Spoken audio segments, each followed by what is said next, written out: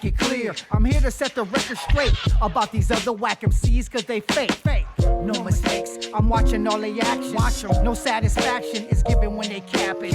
Lyrics attacking, heated cause I'm blasting. But I got some problems in my family like Kardashian. Everlasting, flowing like a waterfall. Never stall when my mission is to fade y'all. Inflicting pain on these niggas, take it from me. Open season on you rappers till you DIE. Y'all turn y'all back on the game. Now you're on your road to becoming a true artist. Yeah. And now we are into you out of high school. Yeah.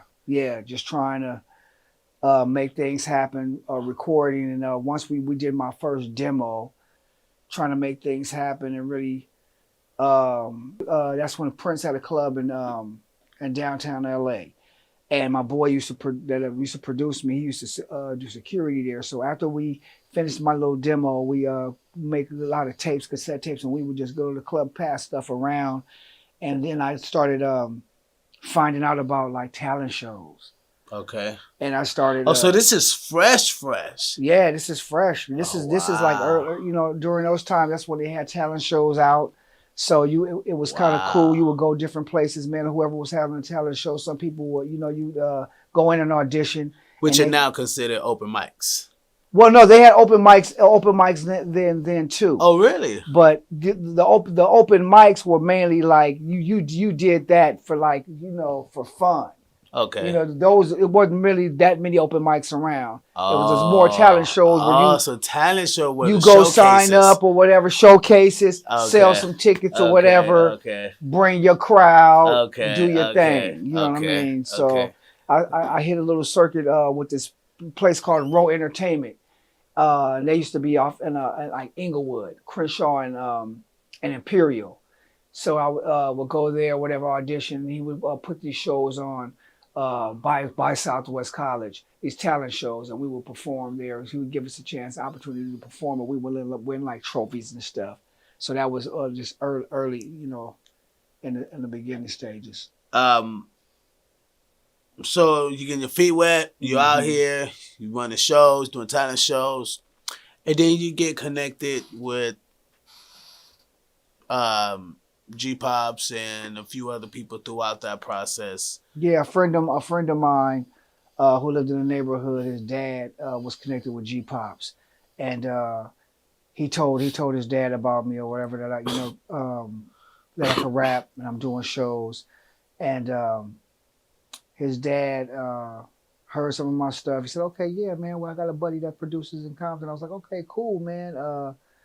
I like to get to know him because my producer who I was working with, he moved, so we were kind of went our separate ways."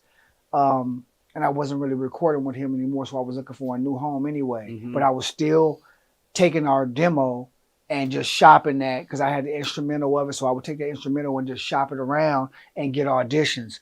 So one day I was, came across this audition for ASCAP showcase in Hollywood. Went, did the audition, made the audition, and ended up doing a show in Hollywood. And that's where me and G-Pops kind of met there.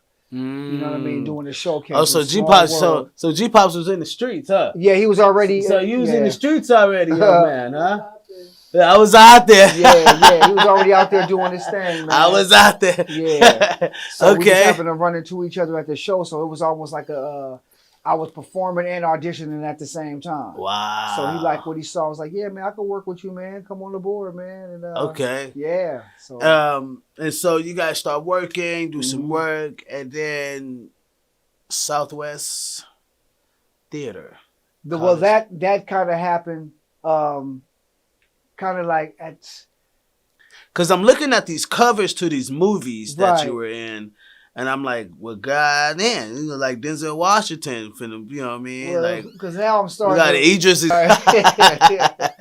Well, basically, the rapping and the acting kind of like after high school, it was kind of I was doing a little bit of both. The acting kind of happened where a friend of mine was doing a play at Southwest College, and he needed somebody to help him read. So we were just sitting in front of my apartment and reading the script. And I've always been like a movie buff as a kid. I've always been into film. You know, my uncle didn't take me to go see movies as a kid. You know, we went to go see straight films. So I've always been into that, intrigued by just good acting. So I was sitting back helping him read, and I was like, "Man, this is cool. What are you doing?" He's like, "I'm doing these series of one-act plays at Southwest College. You should come enroll and check it out." So I said, "All right." So I went down there and enrolled in the class, and taking that beginning acting class, it just changed me, man. I was able to audition and get the lead, and from my first play there. Taking that class for the first time, and from there, kind of just like the acting bug, it just bit me, and I just tried to figure out a way to do both. Yeah, so you're an entertainer. Yeah, I'm an entertainer. Yeah. Wow. Because like a lot of people don't get a chance to discover that side of them. Yeah. Because they're probably not exposed to it and different things like that. The acting world, right? What is that? What is that vibe like? Give us a walkthrough of what it's like when you did Intervention. Intervention. That's a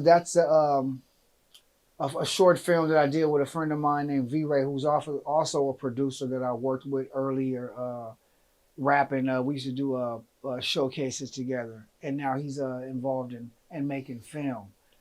So I'm in a process of trying to transition to TV and film, because I have such a long theater background, because I've been doing plays since I was 17 years old. And he was working on a small project called Intervention. And before we got to Intervention, he had a script he wrote called The Devil You Know, which is about two police officers and whatnot. Wow. And I just thought I was about to mention that. Gave me a part in that, and that part led to Intervention. Wow. Yeah. Wow.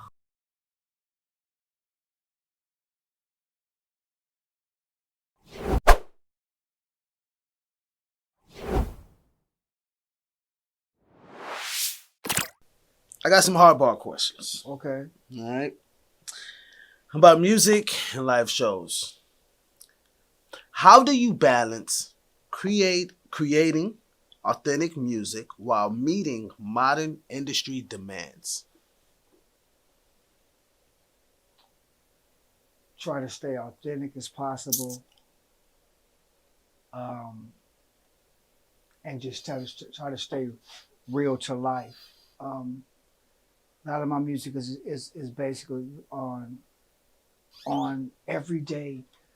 Like, I know we have an everyday struggle, but it's not really talked about like it used to be.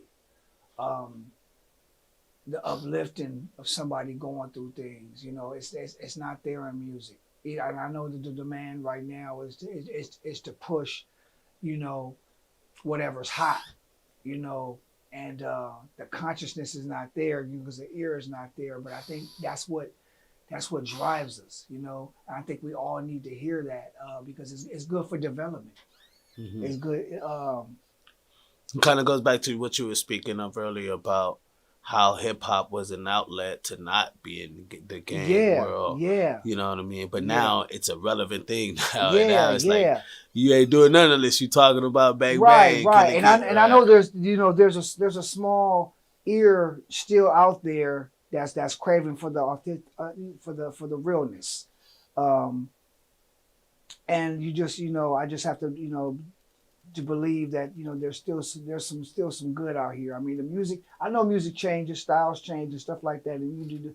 But in order, I couldn't be me if I was on something different. You know what I mean? I have to stay true to who I am. And once you know who you are and what you stand for, you just have to know that there are people that can relate to that. There's an ear for that somewhere. What is the most challenging aspect of staying relevant in hip hop after starting in the 90s, I would say?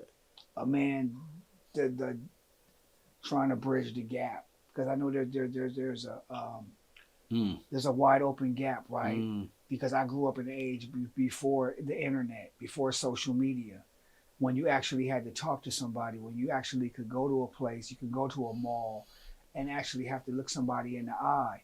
We're in a generation now where the technology, everything is so fast, right? Nobody takes the time out anymore because we're being fed information at a quick rate. So there's no time to really stop and think and let things marinate because you can just swipe and get another shot of dopamine. You know what I mean? So it's like it's very challenging because you're dealing with somebody that doesn't know or can't relate to where you're coming from. That's not where they're at now. You know what makes you different from today's artists?